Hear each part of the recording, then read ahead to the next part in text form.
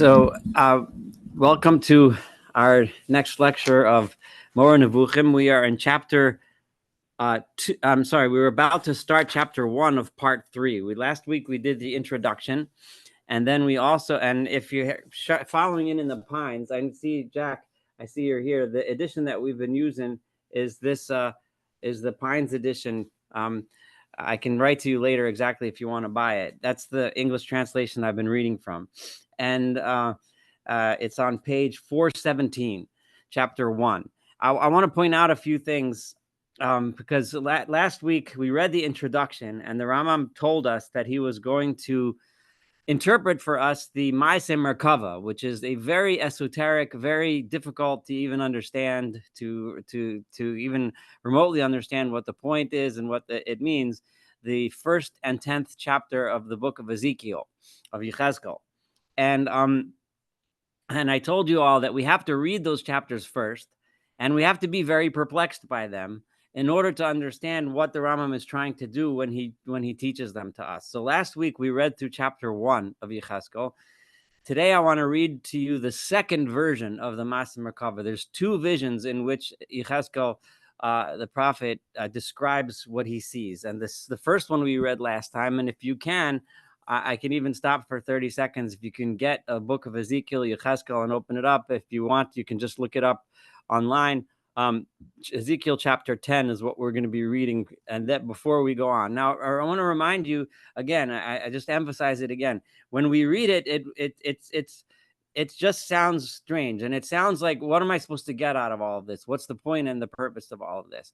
And the Rambam is going to help us, because for those that have been learning this whole time, we understand a little bit more about what prophecy is, right? We understand that prophecy is the capability of, remember Rambam's cognitive model that he laid out for us in part 2, the idea that the active intellect, which starts from God and then emanates through all of the different galgalim, all of the different spheres, to the next one, to the next one, to the next one, until it reaches our level in this world. And that enters our conscious. It's the active intellect. It's what we are using when we're making our decisions. And then there's the imaginative faculty, right, which is the part of our brain structure. These are not like geographical parts. That's the construct in the brain, which is receiving input from the world around us. And in that, we receive all that input, and then we form an image in our mind. And that image consists of sights and sounds and thoughts and smells and tastes and all kinds of feelings.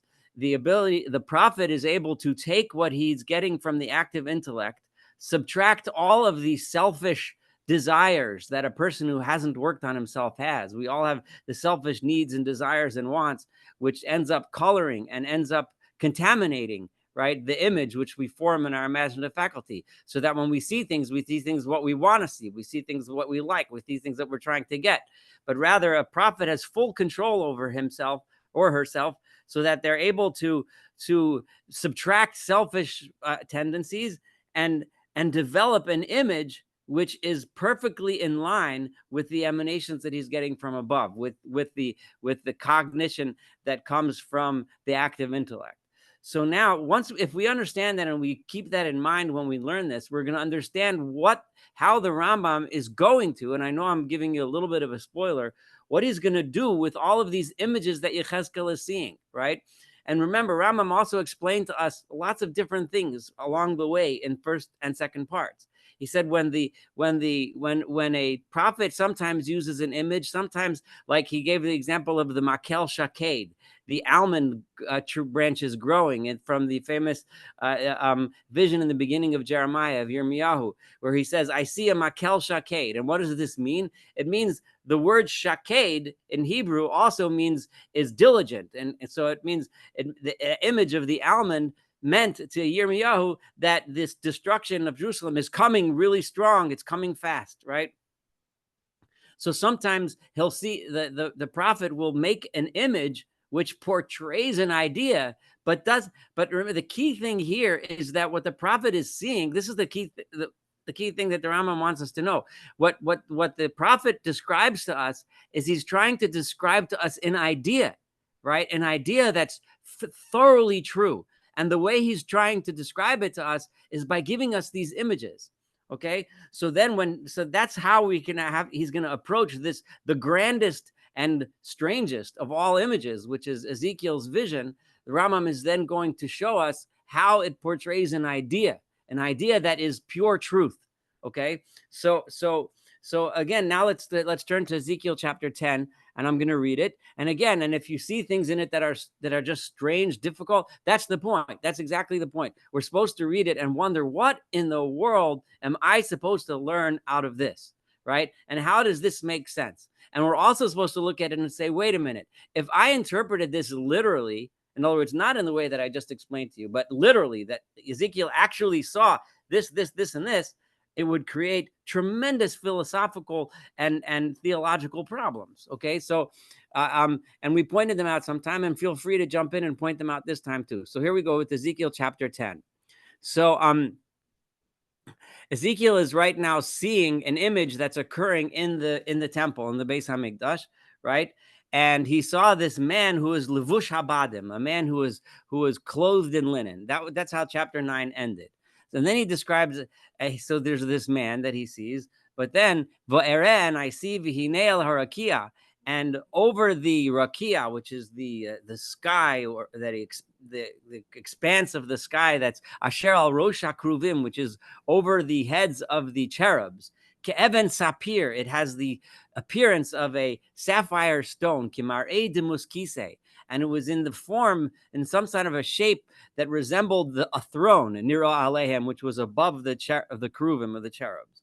Vayomer ala'ish levush habadim, and he, in this case meaning God, spoke to the man who was standing there, who dressed in linen clothes, presumably that resembling the high priest, right, who dresses in white clothes on Yom Kippur. And remember, Yechezkel was a Kohen. Yechezkel himself was a priest, so he would have been familiar with, maybe not the keruvim, the cherubs, but he would have been very familiar with what the inside of the Beit HaMikdash looked like.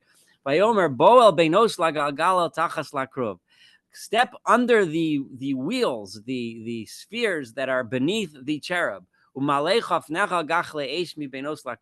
fill your hands with glowing coals that are between the keruvim. And scatter these coals over the city. And then he went in as I watched. Again, these coals are reminiscent of the coals that the Kohen Gadol would bring with the incense on Yom Kippur. And the cherubs were standing on the right, which is the south side of the Beis Hamikdash. When the man dressed in linen came in with these coals. The difference being, of course, that he scattered these over the city of Jerusalem, right? Representing the destruction, as opposed to scattering them in the Kodesh, in the holy places. And the smoke, the cloud of smoke filled the inner courtyard. But the presence of God went up from the cherubs, from the keruvim.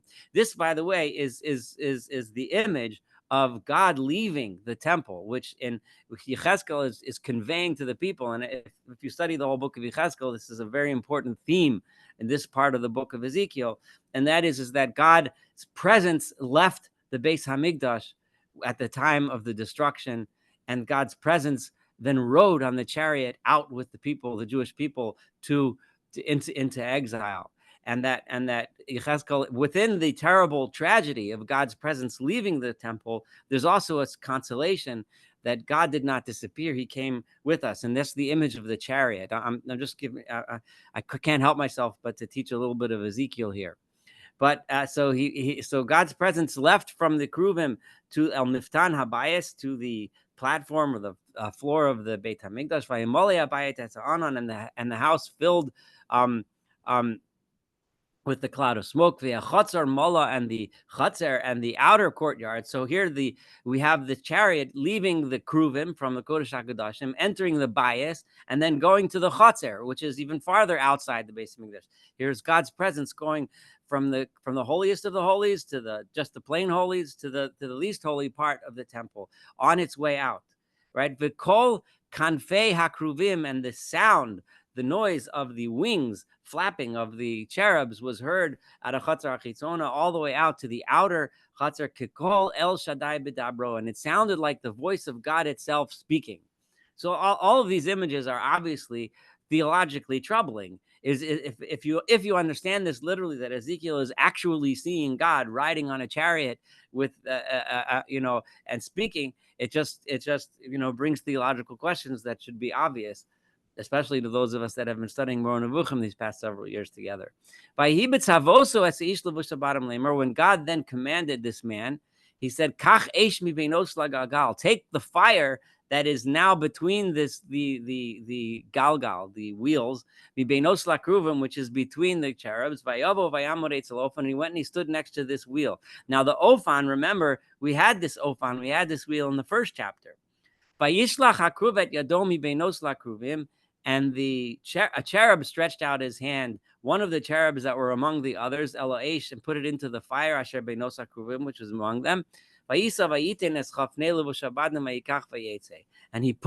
gave some of the flames to the man dressed in linen. And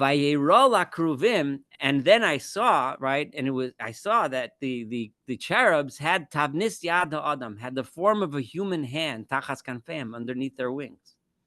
Rambam is going to point out the importance of the image of the human hand, which is creativity, the things that create and do things. And this right now should strike anyone that was with us last week.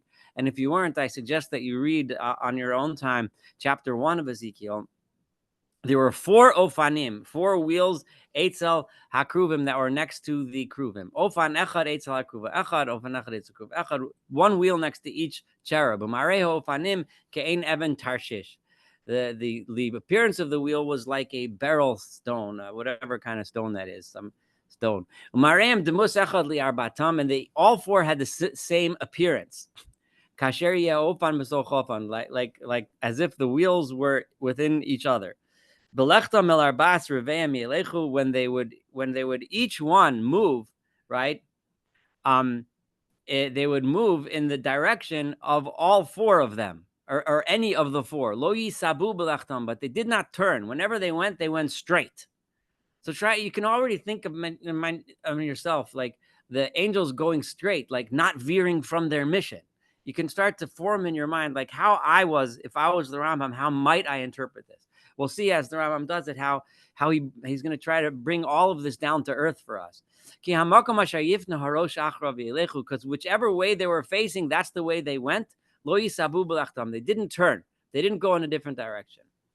V'chol b'saram v'gabehem, their bodies and their backs, v'dehem v'kanfehem, and their hands and their wings, v'ofanim meleim einayim saviv, they were full of eyes. Now remember, Rambam actually translated for us ayin as not meaning eyes. Rambam translated for us before that einayim in this context means colors. He consistently. I mentioned that actually in Shul this last weekend when I was reading the Haftorah from Zechariah, where it talks about 7 eyes on the rock, and I mentioned the Rambam's understanding is that it's not eyes, it's colors, and 7 colors on the rock. I explained most likely refers to a rock through which light was shown through, which gets refracted into 7 colors. So with many colors and many eyes on these wheels. And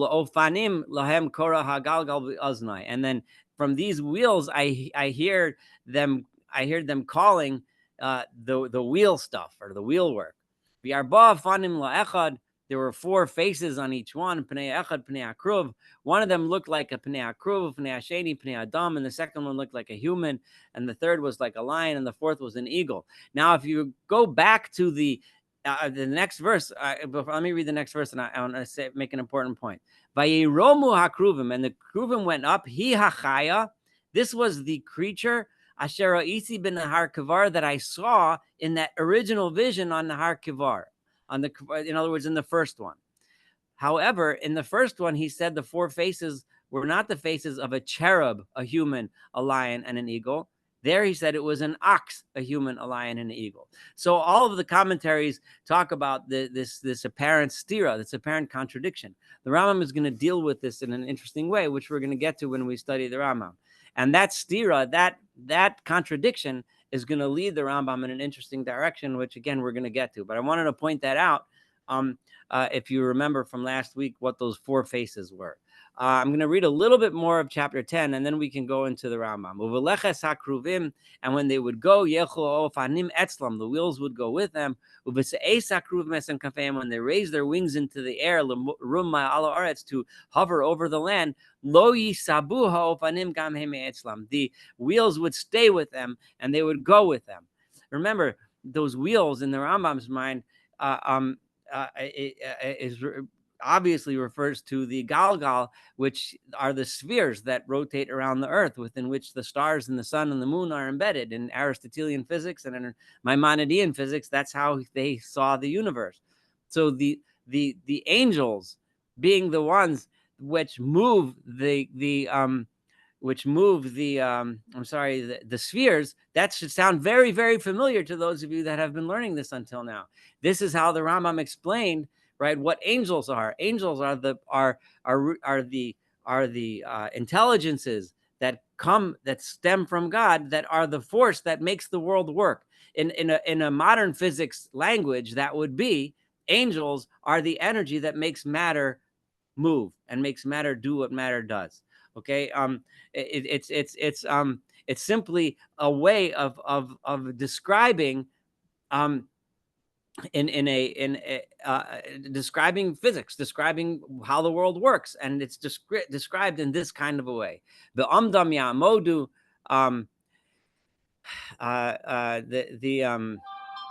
when they stopped, Viroma Miroma, when they went up, Osam Kiruach HaChayabam, because they had the spirit of the live creature in them.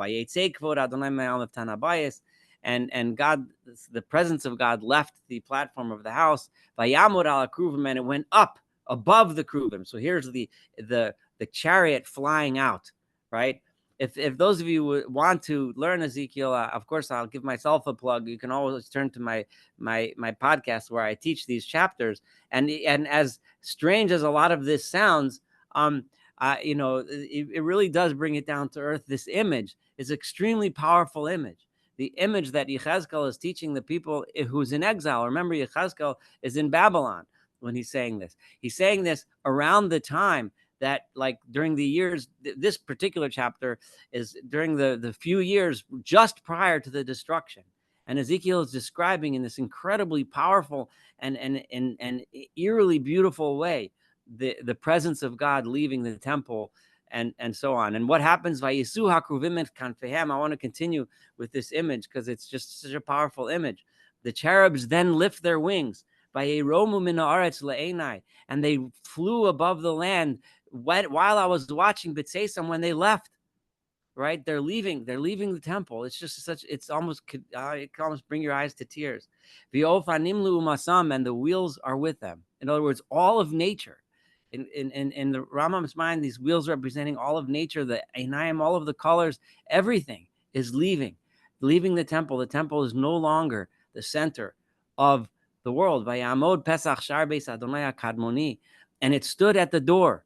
It's like they stopped at the door. It's like when you move out of a house where you're living for a long time, and you packed up all the stuff and you sent to put it all on the truck, and you're walking out for one last time. You just stand by the door and you look inside and you think about the memories and what transpired there, all the times and years that you were there, all of the good times, the bad times. And when they stopped and stood at the gateways of the house of God, the honor of the presence of God himself was above the cherubs as they stopped at the door. Again, he emphasizes, this is the same one that I saw, Tachas Elohei Yisrael, the live chariot that I saw that was beneath the God of Israel, Nahar Kavar, when I was there at Nahar Kavar, the river Kavar, which again is in Babylon. But I knew that these were the cherubs, and so on. You can go on. Oh, actually, there's only there's only 2 more verses to the chapter, so I might as well finish the whole chapter. There are 4 faces for each one. Each one had 4 wings. Whether that means 4 wings or 4 sets of wings is not 100% clear. But they had the hands of a human beneath them. And as for their faces, those were the same faces. Again, even though he contradicted himself, he emphasized it several times that they're the same faces. Mar'ehem, that's how they appeared. Osam ish al ever panav yelechu. Each person, right, was going in the direction of his face. All right. So those are the two visions of the chariots, right? Chapter 1, which we read last time together, and chapter 2. Now we have that. I want to stop for a minute and ask if anyone wants to pipe in and say just a few strange things that you picked out of this, or just observations in general before, and then we'll start with chapter 1. And I'm warning you, it's going to be like, I think, 5 chapters of almost just translations. Remember, Rambam warned us, a simple-minded person will think that all I'm doing is translating the chapters. But if you're really careful and you watch closely, then you're going to learn a lot, right? So we might just be simple-minded people, and we might just learn through the Rambam and think he's just giving us a simple commentary of 2 chapters of Ezekiel. But we'll try. We won't get everything, I can guarantee. But we may have enough wisdom in our heads to pick up a few hints and say, oh, that's what he means, okay? But anyway, any observations until now on what we learned so far?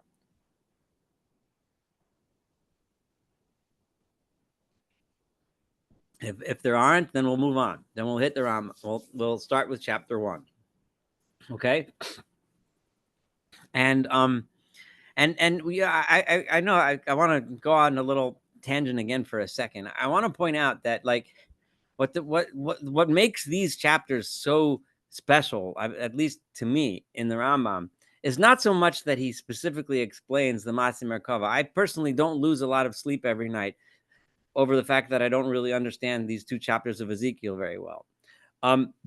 But what it does is the Rambam this is the guide for the perplexed, right? He wrote this book because there's many parts of the Tanakh that we look at and we're just like, what is that? Like, what does that mean? Like, what is it saying? Like, it can't make sense. It can't be. There's so many parts of Torah. You do it any week. Just open the Torah, Tanakh, anything from Torah and Nevi'im. So pick your book, open it up. You'll read something. What is this, right? What the Rambam is doing over here is giving us permission, right? And showing, he's taking the probable, I don't think it's disputable that this is the most esoteric, difficult to really understand chapters, these 2 that we just read together, in the entire Tanakh, right? If you had to pick the most out there ones, these would be them, right?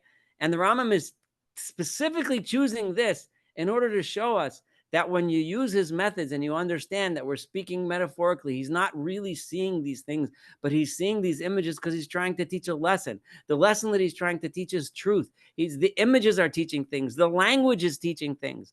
The choice of the juxtaposition of A and B is trying to teach things. And you have to understand it in conjunction with what we know to be true about the way the world works. You put all of that together. Now you can take this and apply it to anything you learn in the Torah. All of a sudden, when you read a verse, it opens up like wide as wide can be the way that we can learn Torah. It allows someone who's perplexed, right, by a verse or by an idea that's in the Torah to open up the book, read the verse, and start thinking, what does this really mean, right? What is it really saying? And then you start thinking, oh, maybe it means this, maybe it means that. And all of a sudden, your mind is blown wide open. And everything means things. It doesn't mean exactly this, and this. That's, if you look at it simple-minded, you end up with more questions than answers. If you look at it open-minded, you look at it, you all of a sudden have hundreds and thousands of possible answers, right, to the fundamental questions that are there. So I wanted to make that point and keep that in mind while we read this. It's not really about how we read the Maaseh Merkava, although obviously it is, but it's about how we learn Torah. And that's what the Rambam is doing here. And that's what makes this book of Moreh Nevuchim so revolutionary. Every single time you and I, if you listen to your rabbi give a drasha, right, or you read a thing, or you say a speech, and you expound on a verse and say, but I think this verse means this and this and this because, and you compare it to something else, and you're following the Rambam's instructions. Prior to the Rambam, there was plenty of people writing Torah, but the idea that we can take a verse and understand it in such a metaphorical way is something that the Rambam made mainstream in Judaism, which sticks with us to this day. Every time we learn, we're following the Rambam's path in Moreh Nevuchim. So now, with that grand introduction, let's go ahead. Let's start chapter 1. So it is known that there are men. I'm at the top of page 417. There are men, the form of whose faces resembles that of one of the other animals, so that one may see an individual whose face resembles that of a lion, another face resembles that of an ox, or so forth. Often people are described, that person face looks a little bit like a mouse. That person's face looks like a fox. That person's face looks like a deer. We see that people use it. So it is according to the shapes and that tend to have the likeness of those animals that people are nicknamed. Lots of times people call Joe the bear, or there's a lot of names like that. People have the name Beryl, right? Is the bear, right? Where did those names come from? Dove. Well, people, because we give likenesses, we describe people by comparing them to animals, either their appearance or their personalities or whatever. Thus, he's saying when Yechezkel said the face of an ox and the face of a lion and the face of an eagle, that was in chapter 1. All of them merely indicate the face of a man that tends to have a likeness to forms belonging to those species. It doesn't mean that Yechezkel saw, right, an ox or an eagle. What it means is he saw a human being which had characteristics that reminded him of an ox or an eagle. Now remember that those 4 animals, an ox, a lion, an eagle, and a what's the other animal? Well, there was a man, ox, lion, and eagle, right? Those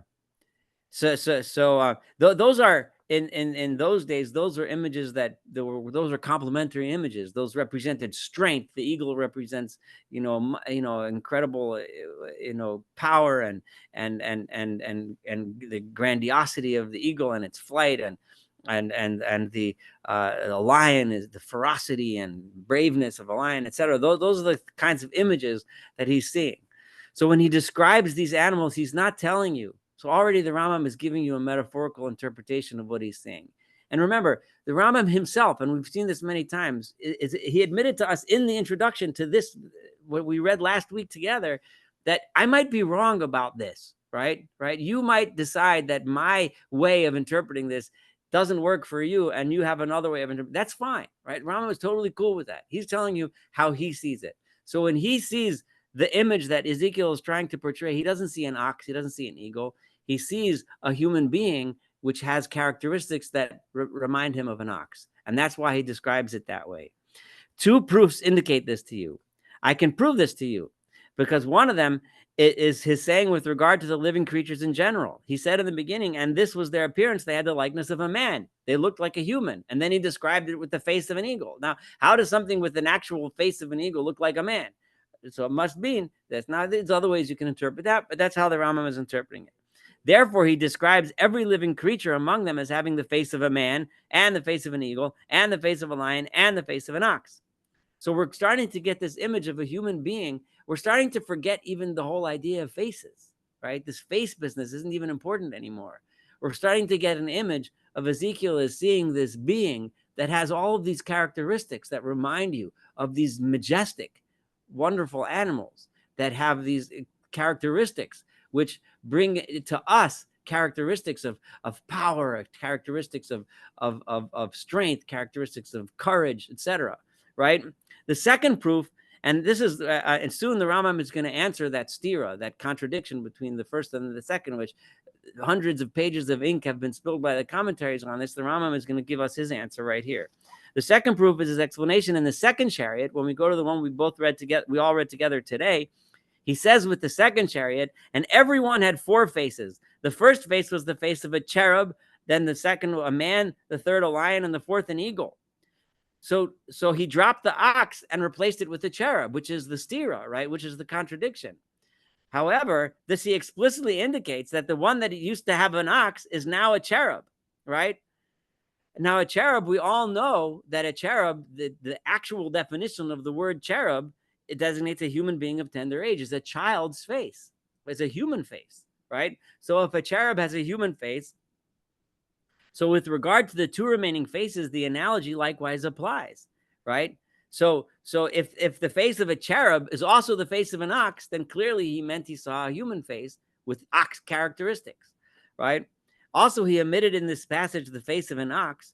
I'm just going to mention this to him. It says, why did he skip the ox? Because he wanted to teach something else, to draw attention to a certain derivation of words, as we have indicated in a flash. If back, the Rambam barely mentioned in part 2, chapter 43, he was listing examples where the Navi chooses a word not because of what that word means, but because the letters that comprise the name that he's using brings up a specific image. And one of those was Egel, and he barely even mentioned it, but he listed Yechezkel chose to take out the word shar, and the baby shar is an Egel, and to teach us some kind of a lesson, which has a human face and a baby human face, with it's a cherub, and it was teaching us something. The Rambam didn't really tell us much about what it was trying to teach us, but he's just saying, I already mentioned before that why Ezekiel decided to flip from a cherub to an ox and an ox to a cherub, because he wanted to teach you something else, another characteristic about that word, Egel and Shar. Now, so again, this is one of those places where exactly what he was teaching, I don't know. That you have to, if you could, one of us can think of it, great. If you can't, I don't know. But the point being, though, that the choice of the description is to teach us an idea. That's the point. What the idea is less important right now than the fact that it is teaching us an idea, right? And it's not to tell you if anyone, because trust me, there are plenty of people that read Ezekiel and think that this is what God's chariot looks like. All right. Now, to Maimonidean, that would be absolute heresy, right? If you think that this is what if you think that God has a chariot, that's heresy, right? So the point that Ezekiel is trying to say over here is an image which teaches an idea. And that's the greatness of what Rambam is telling us now.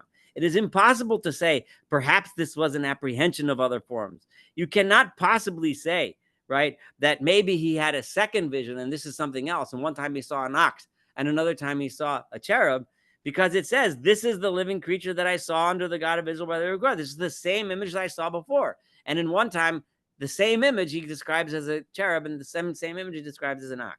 Thus, that which we have begun to make clear has already become clear. So that which I'm trying to portray here has become clear. So now, so the Rambam is giving us a peirush. This could be easily seen as simply a peirush, just like every other Rishon that comments on Yechezkel has to deal with this stira. The Rambam deals with the stira. Stira is a contradiction in verses. Okay. And we're trying to get a little bit into beyond what the simple-minded person sees when they read these chapters. So let's see chapter 2. We may not get through all of chapter 2 today, but let's start it. So now he's going to analyze some more these verses of Yechezkel. He states that he saw 4 living creatures and that every living creature among them had 4 faces, 4 wings, and 2 hands. Right? As a whole, the form of each creature was that of a man. As he says, they had the likeness of a man. So try to let that sink in. They have 4 faces, 4 wings, and 2 hands. All right, that's the likeness of a man. Nothing else about this image sounds very man-like to me. But overall, they had the form of a man. And if we use what he taught us in chapter 1, we could start making sense of this. He didn't really see a being with 4 faces, right? He saw a man, right?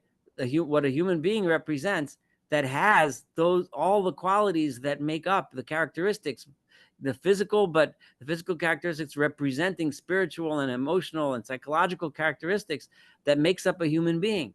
That the human being has those things, the qualities of an eagle, of an ox, of a lion, etc. Right? Of a cherub, of a child, a human being having the characteristics of a child. And think about what that means. Start to let that play. Let those ideas start to float through your mind. So he's really talking about a person, the image of a person with 4 faces. Do we have 4 faces? What's that? There's a Billy Joel song. Everybody has a face. that they only show. I forget the name of the song. If someone remembers it, let me know. But there's a famous Billy Joel song that, there's the face that you hide from everybody that you only let go when you're in private. Is the theme of the Billy Joel song. But that's what that's this image that Yechezkel is portraying to us. We have faces, right? He also states that their two hands were likewise the hands of a man. It being known that a man's hands are indubitably formed as they are in order to be engaged in the arts of craftsmanship. That these human beings that he was seeing had these four faces, had all these qualities about them, but they also had hands. They have the ability to create, right? As human beings, we have the ability to create. So Yechezkel is seeing a human being that can do things that are constructive, right? Right? To do things, we can make art, right? We can make things, we can do things, right? Then he states that their feet are straight. He means that they have no articulations. They're standing with straight feet. They don't have any joints. So their feet are straight, which we mentioned before is why in Shemona Esrei we stand with our feet straight together to resemble the angels that have their feet straight like that, right? This is the meaning of his dictum, straight feet, according to its external sense, right? That's what it means externally, right? Right. In other words, that's the simple meaning of the words, that they had straight feet, that they didn't articulate, right? The sages have likewise said their feet were straight feet. This teaches that above there is no sitting. Nobody sits down. Okay, so you can already start seeing now. Now this means something else, right? The fact that they have no articulations, Chazal give us a little hint. Understand this also. When Rambam says understand this, and those of you that have been with me this whole time know what Rambam means when he says understand this, right? He means think for a minute about the principles that I've been teaching you. Understand no sitting, right? A human being is a creative being, and rest is not where we're supposed to be, right? We're supposed to always be moving. And the image, the fact that, remember, in this image that we studied together of these angels constantly moving around back and forth, no sitting, right? Then he states that the soles of their 2 feet, which are the instruments for walking, are not like the feet of a man, whereas their hands are like the hands of a man. For their feet were round like the soles of a calf's foot. They were round like hooves rather than, they had hooves rather than feet. And think about that. What does that mean? Then he states there's no interval and no space between those 4 living creatures, each of them adhering to the other. He says, coupled together, a woman to her sister. That's in the first chapter. So all of those different faces that we all have are part of the same being, right? They're all attached, right? They're all part of the same us. There's not like there's one me and then there's another me and then there's another me. We're not split personalities. We're all one. It's all part of us. It's all part of that human image, right? Then he states that although they adhered to one another, their faces and their wings were separated above. However, the faces of the 4 animals were facing in different directions. So the face leads you in a different direction. When you have one face, you're going that way. When you have another face, you're going that way. When you have another face, you're going the other way. When I'm talking about going the other way, we're going to see more as we go on. I'm kind of jumping a little ahead of myself, but it's in the next paragraph. But the point being, the wings that carry us, that make us fly, right, are also wings that we rise above and we go, right? But we can go in different directions depending on the face, right? Depending on which face we're showing at that time, right? So he says in their faces and their wings, consider his saying above. Again, think about that. Let that thought sink in and think about what that means. For only the bodies adhered to one another, right? In other words, that personalities, all those personalities are together within that same being, that same body that we have. However, their faces and their wings were separated, but only from above they were separated. But the body that's making the decisions is all one. That is why he says, and their faces and their wings were separated above. Then he states that they were brilliant like the color of burnished brass. They shone, and the beings shone. They had this incredible shine to them. Okay. Then he states that they also gave light, right? If you can try to think what this could mean. I'm just giving suggestions. I'm not saying the only way we can understand this. The Rambam is allowing for us to use our own imagination here, right? What does it mean that human being with all these faces, and we can go in all different directions depending on which way we're choosing, right? We shine, we give light. Not only can we create, we can spread light, right? That is all that he says concerning the form of the living creatures. I mean, their shape, their substance, their form, their wings, their hands, and their feet. Then he began to describe the motions. I think there's a lot here. I'm wondering. I guess I can do this, but I don't think I can finish the motions today.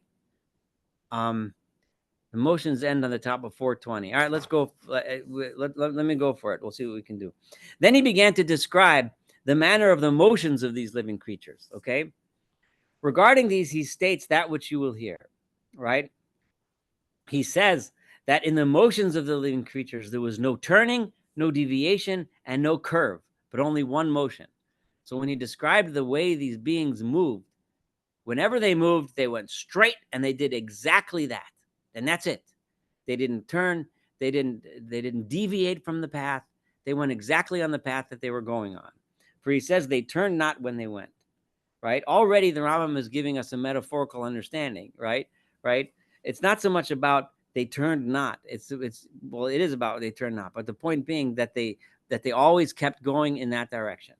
Then he states that each of the living creatures went in the direction toward which its face was turned. That face, which was representative of those characteristics, the way the face went, that's the way they went. So think about it. The way in Aristotelian terms, remember, it's the intelligence that decides, that makes motion happen, right? That's how Aristotelian physics works. We decide to walk, so we walk, right? So but in our terms, we would think of it, it's what we think, what we decide to do, the way we live, right? That is how we then tell our bodies to carry it out. We decide, I'm going to go to the store and buy a sandwich, and then we go to the store and buy a sandwich. So we, based on what we think, that's what we do. So the ultimate, if you want to change what you do, you need to change what you think, right? So thus he makes it clear that each living creature went only in the direction that was contiguous to its face. Would only that I knew to which face, for they had many faces. However, do I know which way? I don't know. Ezekiel doesn't tell us. All he says is whichever way the face was facing, that's the way it went. But I don't know which way it went because I don't know which face he's talking about because he doesn't say. However, to sum up, the four did not all of them go in one direction. For if it had been so, he would not have assigned to each of them a separate motion, saying each one goes in the direction of his face, right? So rather, if the face decides to go that way, then it goes that way. Then he states that the form of the motion of these living creatures was running, and that it was likewise by running that they retraced their way. They went back and forth running. There was no sitting, there was no lounging around, and there was no lazy walking. When he decided to do, when one of these angels decides to do something, it does it fast, it does it straight, and it doesn't turn, and it doesn't sit and rest. Okay, it's just again, play these images in your mind. For he says, and the living creatures ran and returned, ratzov vashov, right? That's not that's a term which is the word rutz, right? Is infinitive of the word rutz, to run, and shov is the verb to return. He did not use haloch uba, right? Which would mean they went and they came. Went could mean I could go to California, right? Right? I can start walking. I'll get there in 6 months, right? I can take a car and maybe I'll take a couple of days and I can stop in a hotel. I can go swimming on the way. I can see a couple nice mountains and go for a hike here and there and make a barbecue and then get to California. Or I can get on a plane and get there, right? So right, haloch means to go and drive and stop in a hotel, right? Ratzo means to get on a plane and go, right? So again, Rambam here is teaching us lessons that he's been dropping this whole time until now. He's been dropping these little hints, telling us, look at the words. Be really careful when you see these words because they're very deliberately chosen. When the prophet chooses a word, ratzov vashov, he's not just, he wants you to think about this thing going zip, zap, zip, zap, zip, zap, back and forth, because that's how an angel is supposed to go. When he has a mission, he goes on the mission. And he doesn't turn. He doesn't stop. He doesn't sit. And he goes and comes and goes and comes. Right? He goes, does the mission, he comes right back for the next mission. Then he goes and does the mission, he comes right back for the next one. Right? But it said that their motion consisted in running and retracing their way. And he made it clear in an image as the appearance of a flash of lightning. Right? For bazak is another word for barak, which is lightning. So if you're trying to imagine something that's fast and powerful, the greatest image you could think of course, is the image of lightning. Accordingly, he says that it's like lightning, whose motion appears to be the swiftest of motions, which stretches out rapidly in a rush from a certain place, and then with the same rapidity contracts and returns time after time to the place whence it moved. That obviously reflects the Rambam's physics, which doesn't necessarily reflect our physics, but that doesn't matter. The point being made, that's the point. The Targum Yonas ben Uziel, peace be upon him, the Rambam really loved Targum Onkelos, and he also that's like he has the highest love for the Targum Onkelos, which in the first two books he could not stop talking about how wonderful Onkelos is, but he also likes Yonos and Menazil maybe a notch less. So he also draws. Remember, there's different Targumim, different Aramaic translations that were written mostly in the time of the Mishnah. So they're ancient, and the Targum Onkelos on the Torah, Targum Yonos and Ben Uziel on most of Tanakh. So the Rambam quotes from him, peace be upon him, interpreted the words Ratzova Shov means they went round the world and returned as one creature, and rapid as the appearance of lightning. So he said Ratzova Shov, meaning like around the world, because the world which is round, if you go straight, you're going to end up where you started, right? So that's how he interpreted them coming around. Rambam emphatically stated that the world is round several times by now. So just anyone that still thinks that what they taught you in second grade about people thinking the world was flat and then Columbus proved it was round, just get that out of your mind, because this was well known long before then. But anyway, then he states that the motion takes place not because of the direction toward which the living creature moves in this motion of running and retracing one's way, because something else. I mean the divine purpose. So if you look in the Targum, right? I'm sorry. If you look in Yechezkel, right? The motion, and this is what we're learning from here, right? The God gives him a mission. He goes and does the mission, right? With a sense of purpose, quick and fast, right? And straight. Accordingly, he says that is in the direction toward which the living creature should move, according to the divine purpose that it accomplishes its rapid movement. So the Rambam is getting deeper into this idea of this meaning here. You have this human-looking creature, right, who is carrying God, so he's receiving his tasks directly from God, right? And God says, this is what needs to happen, and this creature does exactly that as fast and as perfect as possible, and then comes right back for the next mission. So we're starting to play now. What is this teaching us about this world? The world in Rambam's understanding. Remember, in Rambam's understanding, God is above, and I don't mean geographically above, and Rambam emphasized that a million times, but above the outermost sphere within which the stars are embedded, and emanating from God into the intelligence goes the intelligence that runs the first and highest sphere. And from there, the emanation goes to the next sphere, the intelligence that makes that sphere move. So, and all of those, Rambam told us, those intelligences are angels. Those are the angels that Ezekiel is seeing. Ezekiel is seeing an image of God, right, emanating towards these angels, giving them instructions. Go make the world run, right? According to Rambam, the angels are the power and the forces of nature, right? The power that makes the wheels go round, literally, in the Rambam's view, right? And the wheels go round in the view of Ezekiel, right?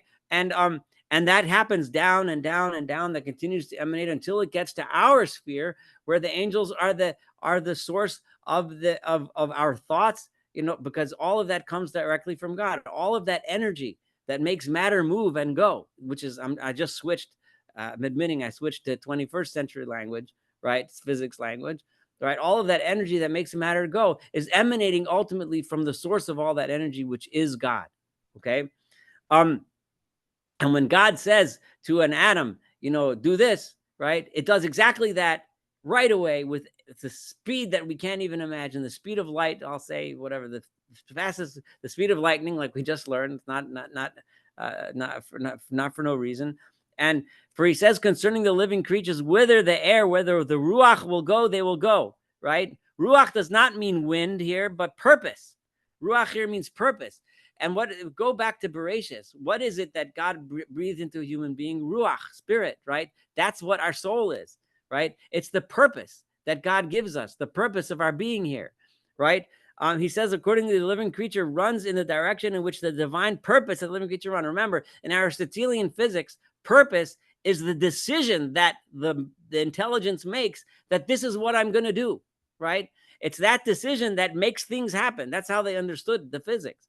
The intelligence behind the Galgalim, the spheres, was the angel fulfilling its purpose, saying, this sphere needs to go around this way and at this speed, and this speed needs to do so on and so forth, until we get to the spheres and how it interacts and how all that interacts on the world that we are in right now, the sphere which lies beneath the lowest sphere, which is the sphere of the moon, why everything does what it does. Yonasan ben Uziel, peace be upon him, has already interpreted this too in a similar way, saying they went wherever the will was that they should go, and they did not turn when going. The Targum Yonasan ben Uziel chooses to throw in there the purpose, the will, the desire to do something. It's that intelligence, the decision to do something, which makes things happen the way they happen. Okay? Now, inasmuch as his saying reads, whither the air will be, where they will go, and consequently its outer meaning signifies that God will wish in the future. Actually, the truth is, this is kind of a little bit of a different idea. So I think we should, I know it's in the middle of a paragraph, but I'm going to, Bli Neder, next time, we'll start from Yonasan ben Uziel, peace be upon him. I'm going to make a little mark here. That would be a good starting point. So I want to know from you, is the Rambam, and consequently humble little me, doing a good job portraying, right, what we've learned, taking something that literally, I think most of us, myself included, when we learned learned through Ezekiel, we're looking, what in the world am I supposed to do with this? you know and what am I going to do with these wheels and eyes and fiery lightning and thunderbolts and heads and faces of eagles and oxes with wings, and like, what in the world is all this stuff? Like, why is this in this book? Now all of a sudden it means something. Anyway, Yosef, I see you have your hand up. Go ahead. I was just going to ask if like, he did tell us at the beginning of the book that the purpose is to explain our relationship with Hashem. So if he understands that this description that sounds to everybody else as angels is really about us, then yeah, that's exactly what the purpose is. But if it isn't, like, does he even deal with the question that other commentaries and even Midrashim said that this isn't what we're talking about? Like, you know, Well, the Rambam doesn't usually argue directly. Like, he doesn't usually bring the other I points of think, view, yeah. So maybe I'll clarify the description of these wheels and everything. right? That doesn't bother me so much because I don't understand them any more than Right, anybody else. right. But Ratzova Shov specifically is seen by the Midrash as our relationship with Hashem, and that it can be right. It can be the one of us going forward and then being scared and stepping back, which Well, is first, yeah, I mean, 100% normal and expected. I think it's important because I think the Rama wouldn't argue on that lesson and on that meaning. He's definitely not saying that his ideas are the only possible way of interpreting these things. I mean, he said beforehand, remember, the Rambam said that I'm telling you what I think is right and is true, but I recognize, I mean, he said that the Farish, we studied that last week as he introduced this topic, right? That Right. somebody can come along and show me another way, and that's fine. He did emphasize that I think mine is right, but he said, but that doesn't leave the other opportunities. I wanted to read it.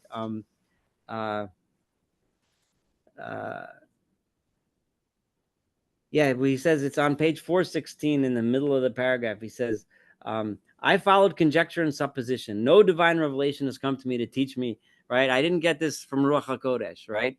I thought about this, and he says, but the texts of the prophetic books and the dictums of Chazal, together with the speculative premises that I possess, in other words, my knowledge of the world and science and everything, showed me that things are indubitably so, that I don't doubt that this is the way it is. He's talking about the interpretations that he's about to write, which we're in the middle of reading now, right? But then he says, yet it is possible that they are different and that something else is intended, right? In other words, it's possible that the meanings are different than what I'm going to teach you, right? And that they mean to teach something else, right? So he's completely leaving open the possibility of opening the book of Ezekiel and reading completely different meaning to those words, right? And he's humble enough to tell us that right off the bat. I think I'm right, but you can find other meaning in it. Now, rightly guided reflection and divine aid in this matter have moved me to a position. So even though he just said that he didn't do it with Ruach Kodesh, now he says, because I've thought about it, this love, and because I had the help of God behind me, right, I moved to a position which I shall describe and which we're actually learning right now. Thank you. I think I missed last week. Thank you. No, it's fine. Yeah, you're welcome. Now, any other comments before we end for tonight? Yeah, I have a question. Sure. Is he talking about the diaspora at this juncture, like how God left the temple because the people had to leave the temple? Yes. If you go through, read Ezekiel, and you'll see. This is the point. Ezekiel is making this very dramatic representation of God's presence leaving the temple, and eventually it doesn't just leave the temple, but it leaves Jerusalem, it leaves the land of Israel, and it goes to where the diaspora is, and so that the presence of God doesn't disappear, but it leaves Jerusalem, and the whole idea that God, the Shekhinah, is with us wherever we are. It's really that whole concept comes from Yechezkel. So it's both. It's meant to be both very sad, very sad, because we lost our temple, we lost our nation, we lost our land, right? But on the other hand, it's also a consolation, right? Because God didn't go upstairs and leave us alone, right? I mean, and obviously, when you think about it, does it mean that God is riding on a chariot over New York and Birmingham and wherever you are living, right? Because Jerusalem, it doesn't mean that, obviously, right? He's teaching us a concept, an idea, a way of thinking of things. We can still access God. We can still live in the diaspora and achieve, what we were meant to achieve. But we haven't been forsaken completely. And the same chariot that flew in one direction can fly back. But that's a different thing. When you go through the book of Ezekiel, you go through that process. And this is his very powerful image that he draws to teach that idea. Gotcha. Thank you. Yeah. Ezekiel's a beautiful book. A lot of people get turned off when they read this stuff that we just read. Like, what is this? How am I supposed to make, But if you stop for a few minutes and just think about what he's writing, it becomes an incredibly powerful book. Anyway, is that I think if there's no any more comments, if there aren't, then we'll close up shop for today, and Billy Nader will meet again next Wednesday night. Thank you so much. I will send out to the list, like usual, the recording. Okay. All right. Be well. Bye. Happy 4th. No, you too.